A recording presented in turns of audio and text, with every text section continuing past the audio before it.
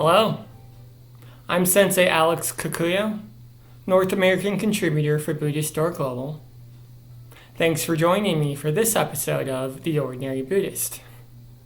The title of today's Dharma talk is Remember to Smile. Before we get into that, please subscribe and hit the notification bell. That way you'll be notified when I post talks in the future. If you wouldn't mind hitting the like button, that'd be great too. In the West, we live under the incorrect assumption that our mind is separate from our body. However, Buddhism teaches that the mind and the body, while not being the same, are interconnected and intertwined in ways that we'll never fully understand.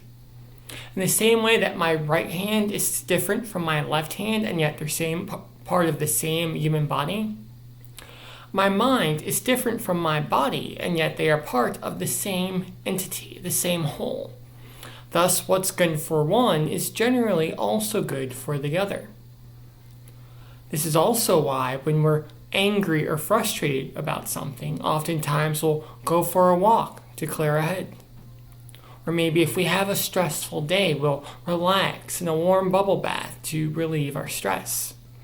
We intuitively understand that the mind and the body are intertwined. Understanding this, however, we can go a step further and use this in our mindfulness practice. One practice that I myself am very fond of is smiling. You see, when we arrange our face into a smile, what happens is we send signals to our brain and something good is happening. And our brain releases chemicals, endorphins, serotonin, etc. that go into our bodies and make us feel like something good is happening.